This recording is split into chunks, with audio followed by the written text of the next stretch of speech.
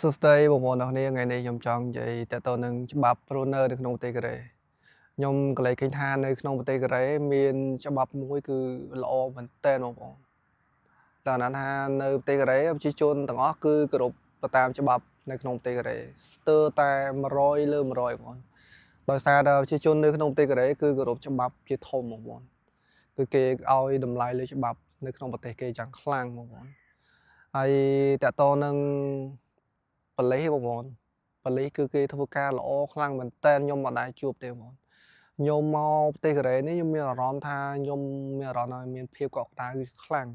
អញ្ចឹងហើយបានជានៅក្នុងប្រទេសកូរ៉េមានពលករបរទេសមករស់នៅច្រើនណាស់ស្អីគេបងប្អូនដោយសារតែកត្តាសុវត្ថិភាពកត្តាដែលបុគ្គលិកប៉ូលីសបុគ្គលិកអីហ្នឹងគឺគេធ្វើការល្អបងប្អូនគឺគេឲ្យតម្លៃទៅជនបរទេសមិនថាអ្នកឯង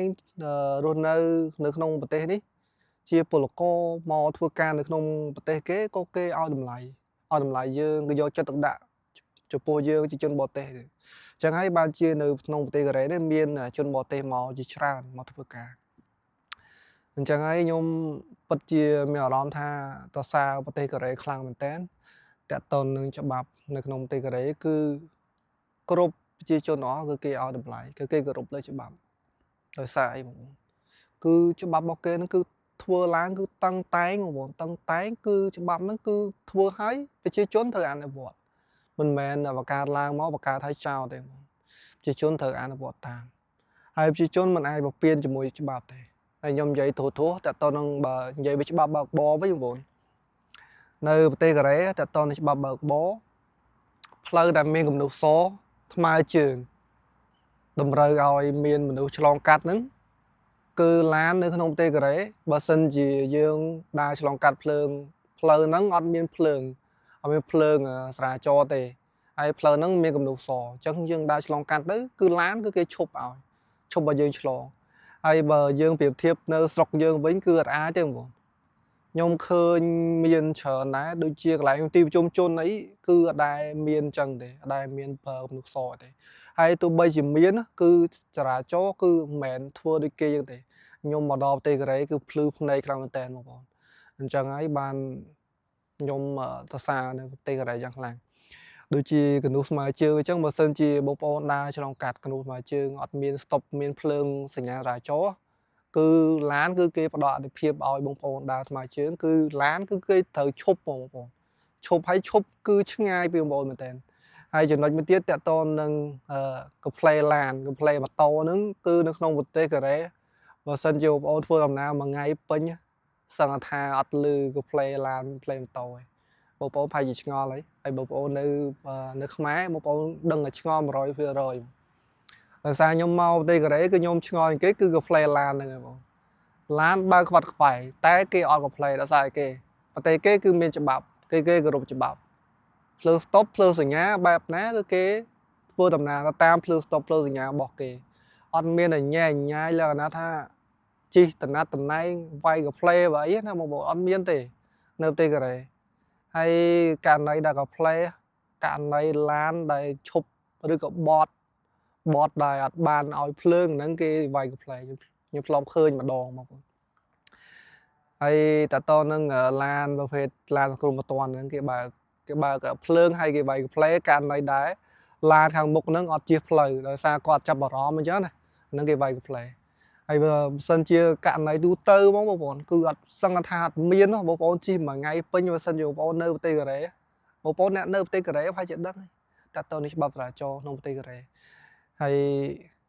ខ្ញុំនិយាយតទៅនឹងច្បាប់មួយទៀតទៅតទៅច្បាប់ប៉ូលីសតទៅនឹងអង្គើអង្គសារនៅតាម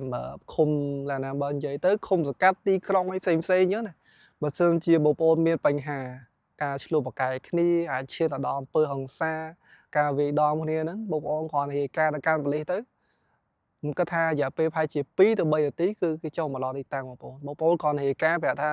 អាស័យដ្ឋានបងប្អូននៅណានៅភូមិអីឃុំអីហ្នឹងទៅផ្លូវលេខម៉ានក៏ប្រាប់គេទៅ3នាទីក្រោយគឺមកដល់ដោយសារខ្ញុំធ្លាប់មានឆ្លងកាត់កន្លែងចំណុចហ្នឹងមួយដែរដោយសារខ្ញុំធ្លាប់មានបញ្ហាមួយកែកូរ៉េហើយអ្នកគ្រូក៏បាន ទេប្តឹងខ្ញុំសារតកែក៏ស្វឹងហើយក៏ព្យាយាមរករឿងអត់ឲ្យខ្ញុំដេកចូលដេកក្នុងបន្ទប់អញ្ចឹងណាហើយអញ្ចឹងហើយនៅគ្រូក៏បានសម្រេចចិត្តទេប្តឹងប៉ូលីសដូចចិត្តបងប្អូនហើយគេចុះមកគឺអត់មានកាន់ជើងជនជាតិគេទេបងខ្ញុំទៅសារត្រង់ហ្នឹងដែរមិនមែនថាតកែធំlàគេមានលុយមានអីយើងត្រឹមពលករតូចតាចពីក្រៅប្រទេសមកគេអត់យកចិត្តទុកដាក់មួយយើងអត់ទេបងប្អូនគឺគេស្នើសុំមួយយើងគេនិយាយមួយយើងថាយើងចង់បានអីយើងមានបញ្ហាអីអាចប្រាប់ទៅគេអាចជួយបានអញ្ចឹងយើងប្រាប់ពីហេតុការណ៍ប្រាប់រឿងរ៉ាវទៅគេអាចជួយដោះស្រាយថាមូលហេតុអីបានតកែគាត់មករករឿងយើងអញ្ចឹងយើងប្រាប់តាណាដើមតងទៅគឺគេទួបានហើយគេស្នើទៅកាន់តកែវិញបើសិនជាតកែនឹងគាត់ធ្វើអត់បានគឺប៉ូលីសគេមានផែនការគេមានទូនទីគេផ្សេងទៀតតែតើនឹងតកែមករករឿងហ្នឹងគឺគេដាក់បតឹងជាមួយតកែហ្នឹងកាលនៅថ្ងៃក្រោយទៅតកែហ្នឹងអត់មានសិទ្ធិមករករឿងយើងទៀតទេបងតាំងពីខ្ញុំបដិងហើយរាយការណ៍កាន់ប៉ូលីសនៅក្នុងប្រទេសកូរ៉េហើយគឺខ្ញុំក៏លេចឃើញថាតកែគឺគាត់មានអារម្មណ៍ថាគាត់គឺឆ្ងាយពីយើងគាត់ឲ្យហ៊ានតាក់តងនិយាយស្ដីលើសលប់មួយយើងហើយគាត់ហ៊ានពពៀនមួយយើងដែរតែស្អីគេគឺប្រជាជននៅក្នុងប្រទេសកូរ៉េគឺគេគោរពច្បាប់បងប្អូនអញ្ចឹងហើយបើសិនជាតកែមិននឹងគាត់មានរឿងរ៉ាវឡាណាឆ្លុះប្រកែកប្រើអំពើសារមួយយើងអញ្ចឹងអាចប៉ះពាល់ដល់ក្រុមហ៊ុនរបស់គាត់ដោយសារក្រុមហ៊ុនរបស់គាត់ជាក្រុមហ៊ុនមួយដែលបំពេញពលករអាចធ្វើបាបពលករអញ្ចឹងអ្នកខាងនេះគេសិក្សាមើលប្រវត្តិរូបនៅតាមបណ្ដាញសង្គមរបស់គេហើយព្រោះនៅប្រទេសកូរ៉េតើមានកំហិតអីមួយជាប់មានបទបញ្ជាពីខាងប៉ូលីសអីគឺប៉ះពាល់ឈ្មោះក្រុមហ៊ុនខ្លាំងអញ្ចឹងហើយតកែឬក៏ជនជាតិកូរ៉េមួយមុននឹងធ្វើអ្វីមួយគឺគេគិតដល់ច្បាប់គឺជាធំអញ្ចឹងហើយខ្ញុំចូលចិត្តប្រទេសកូរ៉េដោយសារតងយ៉ាងដូចនេះហើយខ្ញុំមិនមែនមកប្រទេសកូរ៉េយូរបងខ្ញុំទៅមកបានរយៈពេល1ឆ្នាំតែមានអារម្មណ៍ថាទាំងច្បាប់ចរាចរណ៍ទាំងឡាណាប៉ូលីសអីហ្នឹងគឺការធ្វើការរបស់គេហ្នឹងគឺល្អមែនតើបងប្អូនខ្ញុំសារ100លើ100បងអញ្ចឹងហើយបានជានៅក្នុងប្រទេសកូរ៉េមានពលករបរទេសមករស់នៅច្រើនហើយអត់ដែលមានបញ្ហាអីធំដុំទេ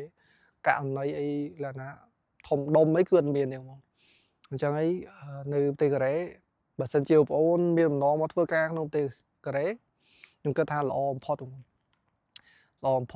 ព្រោះសារណាមកប្រទេសកូរ៉េនេះมันមានជនជាតិយើងតែមកប្រទេសទេបងមានច្រើនប្រទេស16 17ប្រទេសហើយមានទាំងប៉ែអឺរ៉ុបក៏មានដែរនៅខាងប្រទេសខាងរុស្ស៊ីក៏មានអ្នកមកធ្វើការនៅក្នុងប្រទេសកូរ៉េគ្នាហើយមានច្រើនប្រទេសផ្សេងច្រើនណាបងប្អូនខ្ញុំរៀបរាប់ទៅគឺអត់អស់ទេ6 7 10ប្រទេសបើតើតើនឹងប៉ែកអាស៊ីយើងអាស៊ីអាគ្នេយ៍របស់យើងគឺមកស្ទើរតែគ្រប់ប្រទេសហើយបងប្អូនអញ្ចឹងហើយគាត់ថាល្អខ្លាំងមែនតើបើសិនជាបងប្អូនអត់មានជម្រើសអីផ្សេងបងប្អូនគួរតែរៀនមកធ្វើការនៅក្នុងប្រទេសកូរ៉េទៅដោយការណែនាំរបស់ខ្ញុំចឹងអ្វីខ្ញុំសរសើរគេគឺច្បាប់ចរាចរណ៍ហើយនឹងច្បាប់